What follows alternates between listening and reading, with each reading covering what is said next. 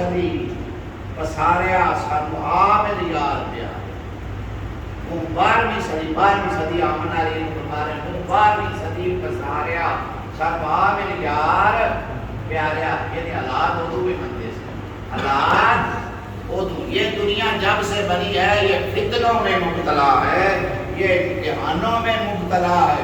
حضور فرماتے ہیں کہ فتنے تیز آندھیوں کی طرح آنے والے ہیں. فتنے کیا ہوتے ہیں؟ ازمائش. فتنے کس کو کہتے ہیں؟ ازمائش کو کہتے ہیں.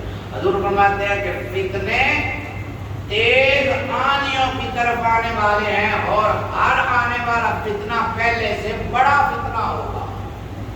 ہر آنے والا فتنہ پہلے سے بڑا ہوگا. اور دیکھ لو ہر آنے والے دور میں ایسی مصیبت آ رہی ہے جڑی پہلے ڈالو بڑی ہوتی ہے, جڑی پہلے ڈالو بڑی ہوتی ہے.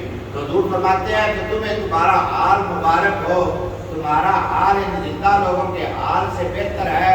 اور فتنے اتنی تیزی سے آنے والے ہیں, ازمائشیں اتنی تیزی سے آنے والے ہیں کہ ہر آنے والا فتنہ پہلے سے بڑا فتنہ ہوگا. یہ اپنا ایک موضوع, اس پہ ایک تبدیل ہو سکتی ہے.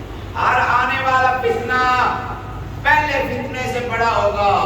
اور ایسا ہی ہو رہا ہے کہ روزانہ نئے قسم کے فتنے اور آزمائشیں شروع ہو رہی ہیں اور بندے پر ایسی مصیبتیں آ رہی ہیں کہ انہیں دیکھ کر پہلی مصیبتیں بندوں کو بھول جاتی ہیں. پھر حضرت نویبہ کہتے ہیں کہ ہم واپس آئے اور رسول اللہ صلی اللہ علیہ وسلم گھر میں. رسول اللہ صلی اللہ علیہ وسلم گھر میں گئے تو گھر میں کون بیٹھی ہیں؟ سیدہ عائشہ. گھر میں کون بیٹھی ہے؟ حضرت سیدہ عائشہ صدیقہ رضی اللہ تعالی عنہا. جب حضور گھر میں گئے کہ حضرت عائشہ صدیقہ نے دوپٹے والا آدھا سر بن دوپٹے کے لیے آپ بن درد ہو گئے آپ سر بن لے. حضور نو ویکھیا تے سیدہ عائشہ کہندیاں نے ہائے میرا سر گیا, ہائے میرا سر گیا. یعنی میں سر بھی شدید درد ہے. حضور نے فرمایا عائشہ ایک گل تا مینوں آکھنی چاہیے, ایک گل تا مینوں آکھنی چاہیے کیونکہ حضور کی طرف حضور شدید ہے ہو کے گئے تے گھر پہنچے, آپ اس حالت کے گھر پہنچے کہ حضور کے سر میں شدید درد شروع ہو گیا. اس تو پہلے کہ حضور آدھی حالت عائشہ سیدہ عائشہ صدیقہ طیبہ طاہرہ کے سامنے بیان کرتے, اس تو پہلے سیدہ عائشہ کہتی ہیں کہ حضور میرا سر گیا.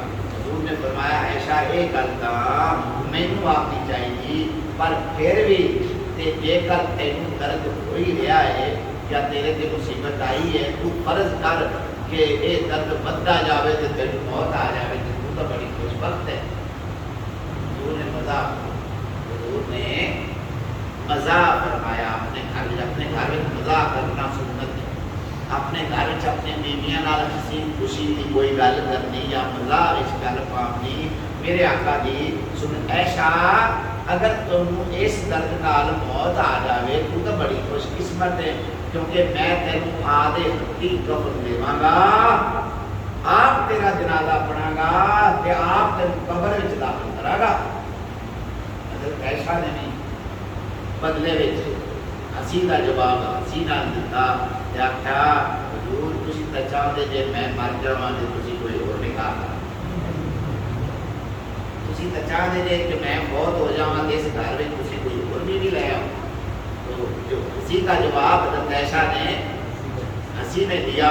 بس یہ دن تھا کہ اس کے بعد پھر رسول اللہ صلی اللہ علیہ وسلم کی طبیعت بحال نہیں ہوئی. رسول اللہ صلی اللہ علیہ وآلہ وسلم اگلے دن اپنی ایک دوسری بیوی کے گھر میں گئے تو آپ کی طبیعت اور زیادہ خراب ہو گئی.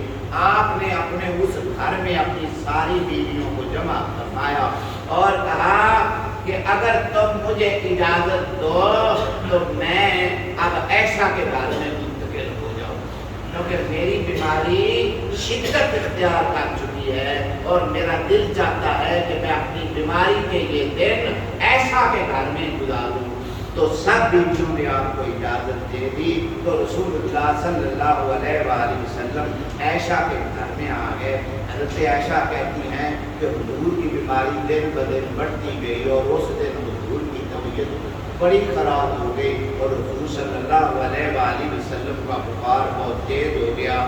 تو حضور نے حکم فرمایا کہ جاؤ 7 کنوؤں میں سے 7 مشکیں پانی کی بھر کر لاؤ اور اس میں مجھے غسل دو.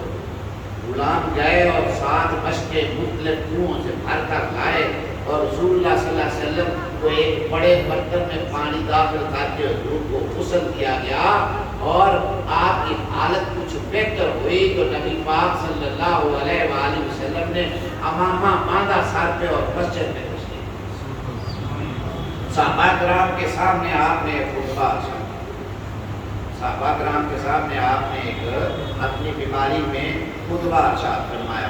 آپ نے فرمایا ایک بندے کو اللہ نے اذن دے دیا، اجازت دے دی. ایک بندے اللہ تعالیٰ نے اجازت دے دی، وہ چاہے تو دنیا میں رہے اور چاہے تو اس کے پاس حاضر ہو جائے. تو اس بندے نے اللہ کی دربار کی حاضری کو قبول کر لیا. حضرت ابو بکر صدیق پھر رونے لگے. حضرت ابو بکر صدیق پھر رونے لگے. آپ کے دل میں خیال آیا کہیں حضور ہم سے ناراض تو نہیں ہو گئے. لیکن ناراض ہو جاتا ہے پھر وہ چلائے ناراض ہو گئے اور کرنے لگے اللہ کے حضور ہماری جانیں بھی آپ کا قربان ہو جائے، ہمارے مال بھی آپ کے قدموں پہ قربان ہو جائے، ہماری اولادیں بھی آپ پہ قربان، ہمارے ماں باپ بھی آپ پہ قربان. اس طرح روتے روتے حضور کے پاس حضور نے فرمایا ابو بکر تشریف رکھ. حضور نے فرمایا ابو بکر تشریف رکھ.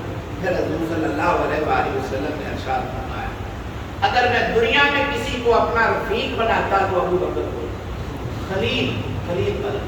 اگر میں دنیا میں کسی کو خلیل بناتا تو ابو بکر کو. خلیل کہتے ہیں گہرے دوست، خلیل کہتے ہیں گہرے دوست، اور نبی گہرا دوست اللہ کے علاوہ کسی کو نہیں بناتا. یہ یاد رکھیں.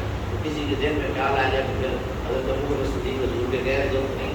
حضور نے فرمایا اگر میں کسی کو خلیل بناتا تو میں ابو بکر کو بناتا گہرا دوست. لیکن اللہ کے نبی خلیل صرف اللہ کو بناتے ہیں اور کسی کو نہیں.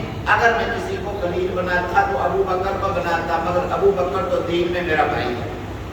ابو بکر مصاحبت میں دوستی میں میرا بھائی ہے. پھر فرمایا جتنے لوگوں کے دروازے مسجد میں کھلتے ہیں مسجد نبی میں، مسجد نبی درمیان میں تھی، لوگوں کے گھر تھے، انہوں نے نماز کے لیے اپنے گھروں میں چھوٹی چھوٹی موریاں رکھی ہوئی تھی. جب مسجد میں نماز کی اذان ہو جاتی تو وہ اپنے کھڑکیوں سے نکلتے اور مسجد میں آ جاتے. حضور نے فرمایا آج کے بعد وہ ساری موریاں دروازے بند کر دیے جائیں جو مسجد میں کھلتے ہیں، صرف ابو بکر کی کھڑکی کھلی رہتی ہے. ابو بکر کے علاوہ کسی کا دروازہ مسجد میں کھلا نہیں رہے گا، باقی سب کے دروازے بند کر دیے جائیں. پھر رسول اللہ صلی اللہ علیہ وآلہ وسلم نے فرمایا لوگوں یہ جو انصار ہے اس کا تم نے دھیان رکھنا ہے. انصار مدینے کے لوگ جنہوں نے حضور کو پناہ دی، یہ انصار جو ہے ان کا تم نے دھیان رکھنا ہے، ان کا تم نے خیال رکھنا ہے. اگر یہ کچھ سختی بھی کر لیں تو ان کو معاف کر دیں، کیونکہ یہ وہ لوگ ہیں جنہوں نے تمہارے نبی کو اپنے گھر میں پناہ دی تھی. جب کوئی میرا نہیں تھا تو یہ میرے بڑے تھے، کوئی مدد کرنے والا نہیں تھا تو ان لوگوں نے میری مدد کی تھی. جب لوگ مجھے ڈھونڈ رہے تھے، تلاش کر رہے تھے، میری جان کے دشمن بنے ہوئے تھے، یہ وہ لوگ تھے جنہوں نے تمہارے نبی کو پناہ دی تھی. لہذا میں تمہیں وصیت کرتا ہوں کہ تم نے ان کا خیال رکھنا ہے ہر حال میں. اگر یہ کوئی غلطی بھی کر لیں تو پھر ان کو معاف ہی کرنا ہے، ان سے کوئی بدلہ نہیں لینا. تو یوں رسول اللہ صلی اللہ علیہ وآلہ وسلم نے بہت سی تلقینیں اور بہت سی وصیتیں صحابہ کو فرمائی اور پھر آپ اپنے گھر میں تشریف لے آئے. اسی بیماری کے قرآن تھوڑی دیر پہلے رسول اللہ صلی اللہ علیہ وسلم نے ایک لشکر بھیجا تھا جس کا سردار حضرت اسامہ بن زید کو بنایا تھا، اور وہ لشکر مدینہ سے 2 میل کے فاصلے پر جا کر رکا ہوا تھا، ٹھہرا ہوا تھا. بہت سے بندوں کو اطلاع ہوا تھا، وہ کہتے تھے اسامہ بن زید ایک غلام کا بیٹا ہے، ایک نوجوان 18 سال کا وہ نوجوان تھا. حضرت اسامہ بن زید حضور کے غلام حضرت زید کا وہ بیٹا تھا.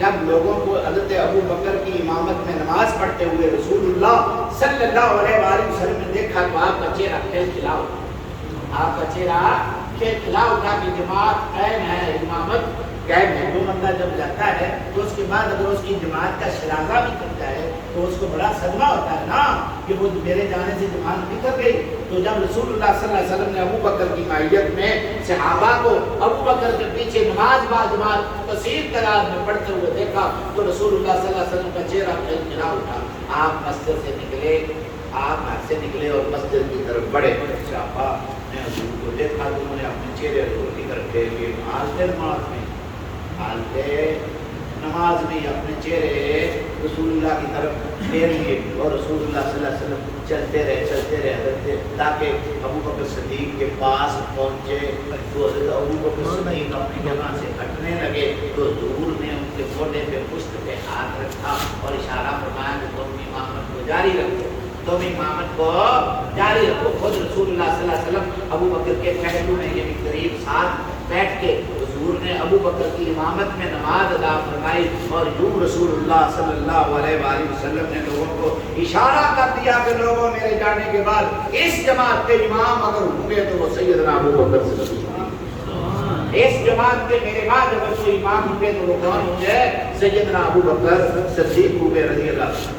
یہ وہ دن تھا کہ حضور صلی اللہ علیہ وسلم نے پھر ایک خطبہ دیا، وہ آپ نے بڑی بلند آواز سے خطبہ دیا۔ صحابہ نے یہ سمجھا کہ حضور صلی اللہ علیہ وسلم کو ٹھیک ہو گئے، تاکہ جب خطبہ ختم ہوا تو حضرت ابو بکر صدیق اٹھے اور کہنے لگے یا رسول اللہ مجھے اجازت فرما دو کہ حضرت ابو بکر صدیق کا گھر مدینے سے باہر آپ کی کچھ زمینیں تھی، وہاں آپ کا گھر تھا، تو وہاں سے آتے تھے اور جب سے حضور کی بیماری شروع ہوئی تھی آپ نے اپنا گھر چھوڑ دیا تھا، مسجد نبوی میں ہی ڈیرا لگا لیا تھا۔ اب جب رسول اللہ کی حالت ذرا بہتر دیکھی تو اجازت مانگی یا رسول اللہ مجھے اجازت دے دو میں گھر سے چکر لگاؤں، تو رسول اللہ صلی اللہ علیہ وسلم نے کہا جاؤ ابو بکر تمہیں اجازت ہے تم جا سکتے ہو۔ حضرت ابو بکر اپنے گھر کو گئے تو حضرت اٹھے دروازے پر آئے، کسی نے جو حضرت علی سے پوچھا علی طبیعت اچھی لگتی ہے؟ حضرت علی فرماتے ہیں ہاں اب حضور کی طبیعت کافی بہتر ہو گئی، اب حضور کی طبیعت کافی بہتر ہو گئی۔ حضرت عباس جو حضور کے چچا تھے،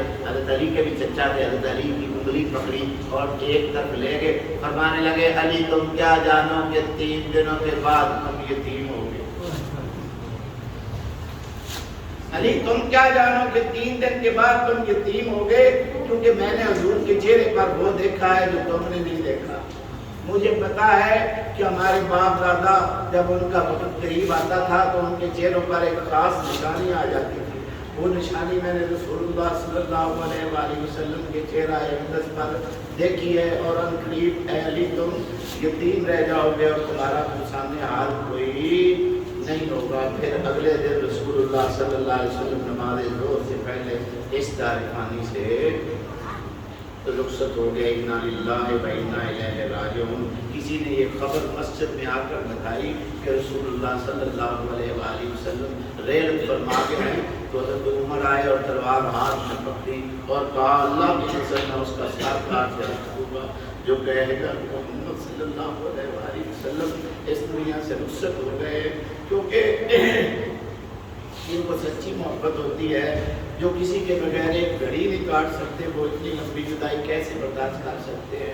عمر سے کوئی پوچھے کہ عشق رسول کیا ہوتا ہے، ابو بکر سے پوچھے کوئی عشق رسول کیا ہوتا ہے، جو محبوب ہوتے ہیں ان کی جدائی کا تصور ہی دلوں کو ہلا کے رکھ دیتا ہے، اور یہ عام لوگوں کو نہیں پتا، جاننے والے جانتے ہیں کہ جدائی کا تصور ہی بندے کو اندر ہی اندر ریزہ ریزہ کر کے رکھ دیتا ہے۔ عمر کہتے ہیں قسم اللہ پاک کی حضور فوت نہیں ہوئے اور آپ فوت نہیں ہو سکتے۔ جذبات میں آ گئے، جذبات میں آ گئے اور کہا جس نے یہ کہا کہ محمد فوت ہو گئے میں اس کا گردن جو ہے وہ تن سے کاٹ کے رکھ دوں گا۔ حضور تو اللہ کے ہاں تشریف لے گئے، جیسے موسیٰ علیہ السلام 40 دن کے لیے چلے گئے تھے اور لوگوں نے کہا تھا کہ موسیٰ فوت ہو گئے، اور پھر 40 دن کے بعد حضور موسیٰ علیہ السلام واپس آ گئے تھے۔ اسی طرح میرے محبوب 40 دن کے لیے حضور کی روح اللہ کے پاس گئی ہوگی اور 40 دن کے بعد واپس آ جائے گی۔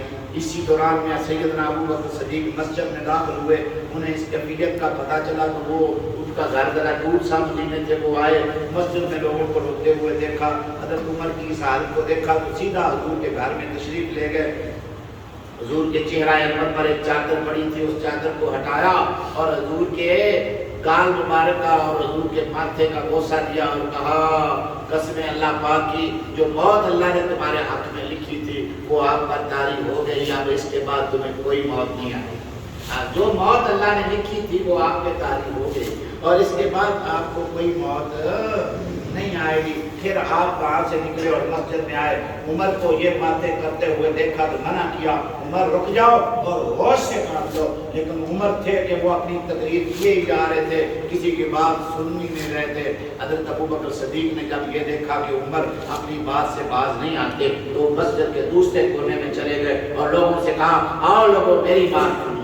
تو لوگ پھر عمر کو چھوڑ کر ابوبکر صدیق کی پاس گئے تو حضرت ابوبکر صدیق نے ایک خطبہ ارشاد فرمایا اور ارشاد یہ تھا من کان یعبد محمدا فإن محمدا قد مات ومن کان یعبد اللہ فإن اللہ حی لا یموت۔ آپ نے فرمایا لوگو جو محمد کی عبادت کرتا تھا، جو محمد کی عبادت کرتا تھا وہ جان لے کہ محمد صلی اللہ علیہ وسلم وصال فرما گئے۔ جو محمد کی عبادت کرتا تھا وہ جان لے کہ محمد وصال فرما گئے ہیں، اور جو اللہ کی عبادت کرتا ہے اس کو جان لینا چاہیے کہ اللہ کو کبھی موت۔ گویا آپ نے لوگوں کو درس دیا کہ لوگوں اللہ نے پھر قرآن کی آیت میں وما محمد الا رسول، محمد تو اللہ کے رسول ہے، قد خلت من قبلہ الرسل، اور رسول تو پہلے بھی آئے ہیں اور چلے گئے۔ افإن مات أو قتل انقلبتم على أعقابكم ومن ينقلب على عقبيه فلن يضر الله شيئا وسيجزي الله الشاكرين۔ محمد اللہ کے رسول ہے، اس سے پہلے کے رسول آئے اور چلے گئے، اور اگر رسول غیرت فرما جائیں یا کسی جنگ میں شہید ہو جائیں تو کیا تم اسلام سے پھر جاؤ گے؟ انقلبتم على أعقابكم ومن ينقلب على عقبيه فلن يضر الله شيئا، اور جو اپنی ایڑیوں پر گر جائے نبی کی موت کو دیکھ کر اسلام کو چھوڑ کر بھاگ جائے وہ اللہ کو کوئی نقصان نہیں۔ وَسَيَجْزِي اللَّهُ الشَّاكِرِينَ، لیکن جو شکر گزار ہے اللہ انہیں بہت بڑی جزا۔ جب حضرت ابوبکر صدیق نے شہر کو خلافت کیا تو حضرت عمر کے کان کھڑے ہو گئے، حضرت عمر کے کان کھڑے ہو گئے کیونکہ حضور کی موت کا ذکر قرآن میں بھی آ گیا ہے۔ تو وہ کہنے لگے اللہ کی قسم مجھے یوں لگا جیسے یہ آیت کو ابھی نازل ہوئے، میں تو اس آیت کو بھول ہی بیٹھا تھا، میں تو اس آیت کو بھول ہی بیٹھا تھا۔ ابو بکر نے اس آیت کو تلاوت کیا تو مجھے یوں لگا جیسے ابھی یہ آیت نازل ہوئی ہے۔ یوں حضرت عمر کے ہوش بھی بحال ہونے لگے اور یوں نبی پاک صلی اللہ علیہ وسلم سوموار کے دن 2 ربیع الاول، سوموار کے دن 2 ربیع الاول، تھوڑا سا اختلاف ہے لیکن زیادہ تر یہی لکھا ہے سوموار والے دن 2 ربیع الاول کو نبی پاک علیہ السلام اس دنیا سے پردہ پوش ہوئے، اور رسول اللہ صلی اللہ علیہ وآلہ وسلم کی وفات کے بعد چھوٹا موٹا اختلاف ہوا کہ رسول اللہ کی قبر کہاں بنائی جائے، قبر کیسے بنائی جائے، پھر اختلاف ختم ہوا، یہ طے ہوا کہ قبر جہاں نبی فوت ہوتے ہیں اسی جگہ پہ قبر بنائی جاتی ہے۔ پھر جس کمرے میں حضرت عائشہ کے حجرے میں حضور فوت ہوئے تھے، حضرت عائشہ کے حجرے میں حضور کی قبر بنائی گئی۔ 2 دن تک لوگ دور دراز کے علاقوں سے آتے رہے، پہلے مرد آتے وہ حضور کا جنازہ پڑھتے، پھر عورتیں آتی حضور کا جنازہ پڑھتے، پھر بچے آتے اور حضور کا جنازہ پڑھتے، اور چوتھے نمبر پر غلام آتے اور حضور کا جنازہ ترتیب یہ ہے، پہلے مرد پھر عورتیں پھر بچے پھر غلام چوتھے درجے پر آتے اور حضور کا جنازہ پڑھتے۔ جنازہ بغیر امام کے پڑھا جاتا تھا، سب آتے تھے اور حضور کا درود پڑھتے تھے اور دعا مانگتے تھے اور واپس چلے جاتے تھے۔ 2 دن حضور کا بدستور جنازہ مبارک پڑھا جاتا رہا یا حضور پر درود پڑھے جاتے رہے، اور یہ سلسلہ جاری رہا حتیٰ کہ 2 دن بعد پھر رسول اللہ صلی اللہ علیہ وآلہ وسلم کو قبر اطہر میں دفن کر دیا گیا۔ کفن میں زیادہ تر گھر والوں نے حصہ لیا، حضرت علی تھے، حضرت عباس تھے، حضرت علی کے 2 بیٹے تھے، ایک کا نام فضل تھا، ایک کا نام قسم تھا۔ قسم تھا بڑا قسم، ایک قسم تھے، ایک فضل تھے، ایک حضرت علی تھے اور حضرت عباس تھے، اور ان میں ایک نبی پاک علیہ السلام کے غلام تھے، ان سب نے مل کر نبی پاک علیہ السلام کو غسل دیا اور کفن دیا اور حضور کو دفنایا۔ سب سے آخر میں قبر سے جو باہر آئے وہ حضرت عباس کے بیٹے حضرت عباس کے بیٹے قسم تھے، وہ آخر تک قبر میں بیٹھے رہے اور سب سے آخر میں قبر سے باہر نکلے۔ اس سے یہ ثابت ہوا اگر کسی کا کوئی بندہ فوت ہو جائے، وہ بجائے دوسروں کو بلانے کے گھر والے جو لوگ ہیں وہ ان کے کفن دفن کا انتظام سنبھالیں، وہی ان کو غسل دے، وہی ان کے کفن کا اہتمام کرے اور وہی قبر میں ان کو اتارے۔ ہم کیا کرتے ہیں، سارا مال گھر والے سمیٹ لیتے ہیں، جب ان کے غسل کی باری آتی مولوی صاحب آ جائیں، جب ان کے کفن کا مولوی صاحب آ جائیں، جب قبر میں لٹانے کا وقت آتا ہے، کوئی تگڑا بندہ ہو بھائی قبر میں اترے تو وہ دوسرے بندے قبروں میں اترتے ہیں، تو اس کا تو پر حق ہے، آخری حق ہے گھر والوں پر کہ جو مرنے والا ہے اس کو غسل بھی تم دو، اس کو کفن بھی تم دو، اس کے جنازے کی تیاری بھی تم کرو۔ اگر خاندان میں کوئی پڑھا لکھا شخص ہے بیٹا تو ہو سکتا ہے اس بیٹے کو ہی جنازے کا موقع دیا جائے، وہ جنازہ بھی پڑھائے، رشتے دار قریبی بیٹے قبر میں بھی اتاریں، پھر کافی دیر تک قبر پر بیٹھ کر اپنے وارث کے لیے دعا بھی مانگتے رہے۔ یہ طریقہ اور یوں رسول اللہ صلی اللہ علیہ وسلم کے بعد خلافت سیدنا ابوبکر نے سنبھالی اور اسلام کے لیے اپنے تن سب کچھ قربان کر کے اسلام کی اسی ہیبت کو، اسلام کی اسی عظمت کو برقرار رکھا جسے رسول اللہ صلی اللہ علیہ وسلم نے غلبہ کیا۔ اللہ تعالیٰ نے رسول اللہ صلی اللہ علیہ وسلم کی محبت، پیار اور اطاعت کا جذبہ نصیب فرمائے۔